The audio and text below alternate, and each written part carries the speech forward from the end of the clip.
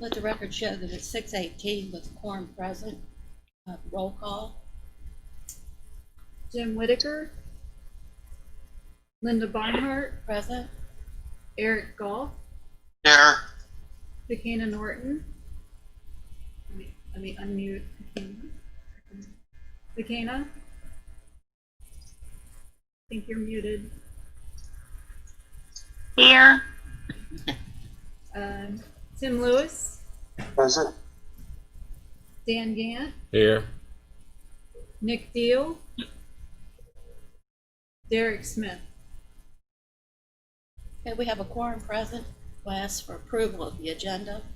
So moved. Second. Motion by Mr. Goff, second by Mr. Gann to accept the agenda as presented. All those in favor? Aye. Aye. Opposed? Aye. Motion passed. Next we have Sunshine Law speakers.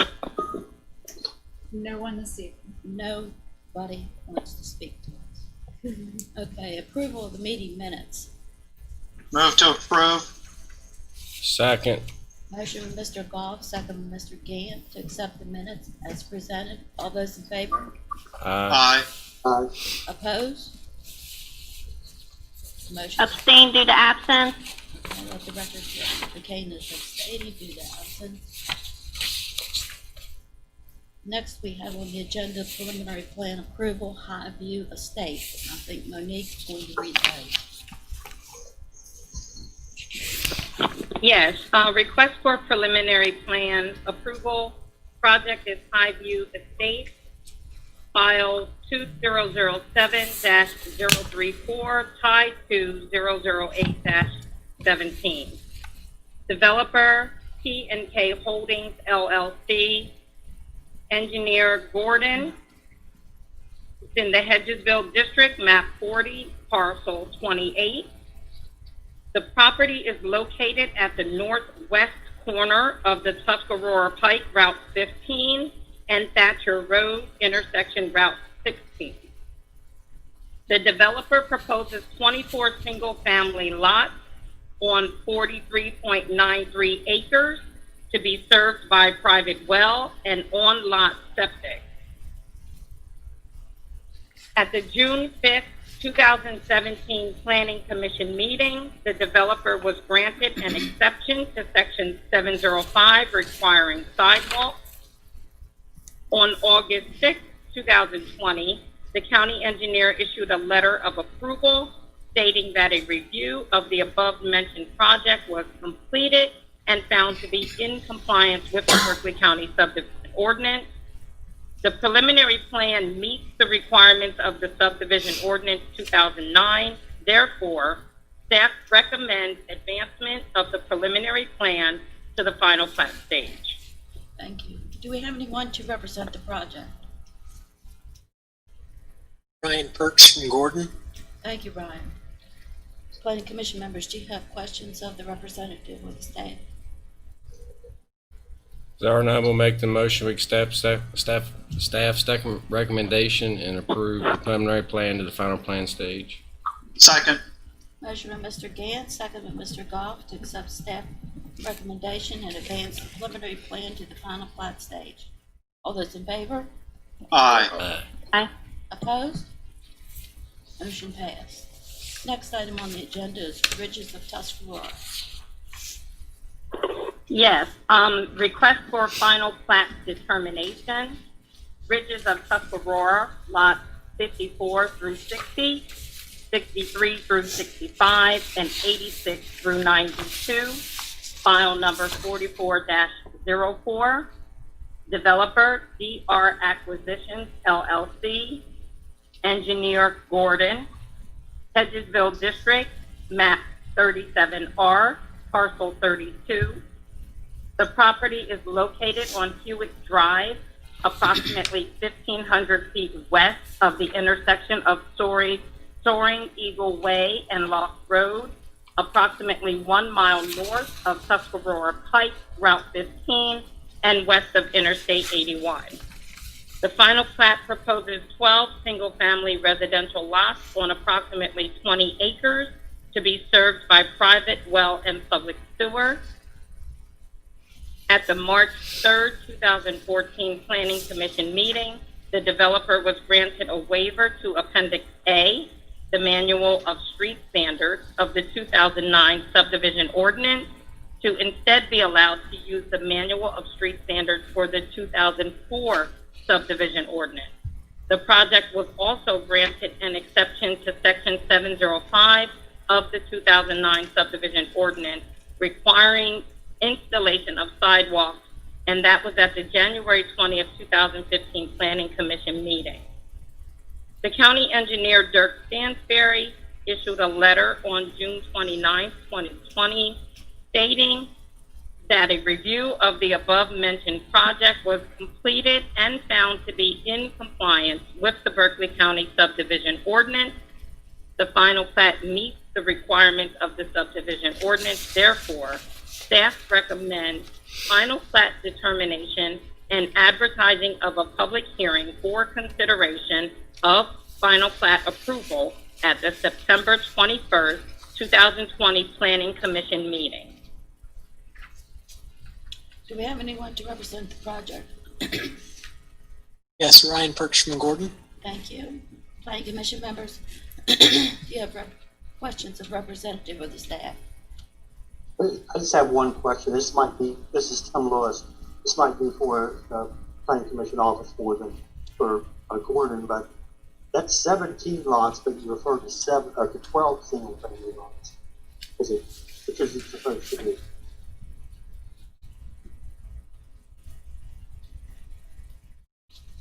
I see it says 12 single family in the project description. Did you say you heard 17 somewhere? Yeah, I counted 17 in the project description. I don't see that.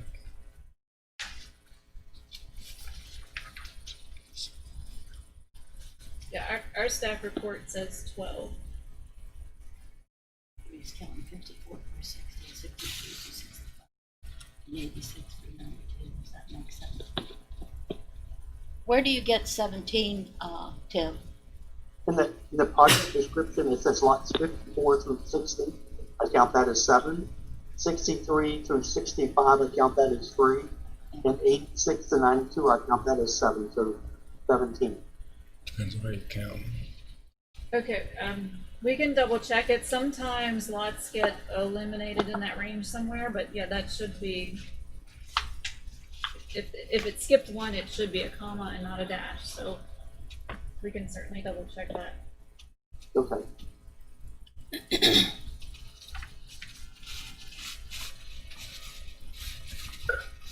Well, I have no other questions, so I'll make a motion to accept staff recommendations for final plat determination and advertising of a public hearing for consideration of final plat approval at the September 21st, 2020 Planning Commission. I'll second it. Motion by Mr. Lewis, second by Mr. Gant to accept staff recommendation and to move to final plat approval at the September 2021 meeting, September 21-20 meeting for a public hearing. All those in favor? Aye. Aye. Aye. Opposed? It's unanimous. Okay, that concludes the nuts and bolts of our meeting. We now have some staff council discussion and action motion. Yes, the two items listed under 8 on the agenda. One is the Journal Junction article from August 2nd, 2020. So I've included that article in the packet to give Planning Commission members the opportunity to review the comments that were made there by the person submitting that article. And the other item is a page from West Virginia State Code. There was a question about proffers, and so I provided this information for you. During public hearings, there have been questions and comments regarding impact fees and schools and roads and county growth. And one of the topics that have come up in some discussions was the term proffer. So what I've included in the packet is the portion of West Virginia Code Chapter 8A That's our land use planning chapter. Essentially everything we do here in the planning department. We have our local ordinances, but there's also the state code that we adhere to, and that's chapter 8A. And within that chapter, there's requirements for final plat approval. And the one that I provided to you is 8A-6-2, and it gives some options regarding final plats. And the term proffering, it lists it as there could be voluntary proffering. If you look at item B on that list, one of the items within that statement says a voluntary proffer made to a governing body shall be in lieu of payment of an impact fee as authorized in another section. So essentially that term proffer comes up in the same components as impact fees. So we've had that discussion regarding zoning and just the different variables that would need to be in place in order for those things to be considered. The other clarification on that is when it refers to a governing body. For us here in Berkeley County, that would be county council. And the rest of it just goes into different things to be considered if that were an option that was made available. So that's my summary of it. I know that there's a lot of things throughout the code that we enforce. We have a lot of new planning commission members in attendance that weren't necessarily here a few years ago. So if there's any other terms that come up during these discussions and public hearings, we comb through this code 8A on a regular basis. So if you want to learn more about where it's coming from and what the baseline is on it, we can certainly walk you through that.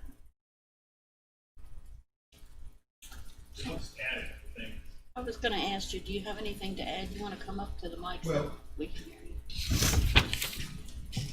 And if you look at the first subsection there, A, subdivision and land development ordinance may provide for the voluntary proffering by a landowner as a requirement of final plat approval. Here, our subdivision ordinance does not provide for a voluntary proffer, so it's not even a question. The planning commission doesn't have that authority. The statute does contemplate it being in lieu of payment of an impact fee. There may be some wiggle room whether the county commissioner and council want to proffer something else. But that's not even something. It would be a policy decision made by the county council. So, multiple steps before any types of profits. Well, it says that it's voluntary in lieu of impact fees. And since we don't have zoning, we can't have impact fees. But this could fall in with a developer who says, I want to put a turning lane in and pay for it. I want to put a light in and pay for it, right? They're wanting to spend money on that. Yeah, I mean, that's But their voluntary. There just can't be something in exchange. No, but that's their offering for being an entity to develop the land or to appease the neighborhood by doing something like that on their own as a volunteer. And I think we have a developer who does that rather regularly, don't we? Puts in turning lanes and puts up lights and stuff. Doesn't Well, pay that? Any They have to arrangement, get approval, they can't just go out and start. No. and those agreements would be between the developer and Department of Highway, Yeah. so we Yeah, might not necessarily But be. that's not voluntary, they don't get a permit unless they. Oh, is that right? Yeah, Well, oftentimes there's it's been part of several that. developers that wanted to put lights in, and the Department of Highway said, you're welcome to put a light in when we tell you you can do it. So it's one of those type of deals. They won't allow them to put the light in until there's a certain amount of traffic there. So, Yes. you know, one of those scenarios. And it's usually the result of the Wire. impact studies. At Traffic some impact. point. I didn't know if you were talking about specifics there, just involuntary. Well, I know there are some, and I guess he's right on that whenever he said that the traffic impact study mandates a light and the highway department agrees to let you do it. But it's mainly paid for by the developer, isn't Oh, it? absolutely, 100%. So, but I guess what we're hearing in this blindsiding is the fact that we don't allow for money to be put up by the developers to enhance the school systems and things like that. And that's just not part of what we have authority to do. And I think there was also some concern in there about green space. Yeah, playgrounds and So, stuff. and I think part of the intent of that statute, if the county does have zoning and impact fees that are proper, hey, we're gonna put in this park here in lieu of paying. It's something that's good, but it's just beyond anything Okay. the planning. Okay, well, thank you for looking into that, both of you, because I know that at one point Norwood said there may be something in the code that would allow for it, and he called it proffers. So he looked into it and didn't report. He looked into it, but he didn't find anything favorable, so he just didn't bother to tell us. And the part I struggled with was the in lieu of part, where if we didn't have anything to do it in lieu of it, Yeah. that's right. Well, what this woman from Paw Paw don't realize is all the tax dollars that these developments create goes to Charleston, and a lot of it goes to Paw Paw where she's from. So if it would come back to Berkeley County like it's supposed to, then we wouldn't have these problems. Well, I would, I'm not worried about things right in the I'm not worried about it. I just think Journal that junctions. I think it's just a comment that the planning commission needs to be aware what people say is my thing of it. I know that it's about, with a grain of salt, but it was something that I thought planning commission should at least see it here.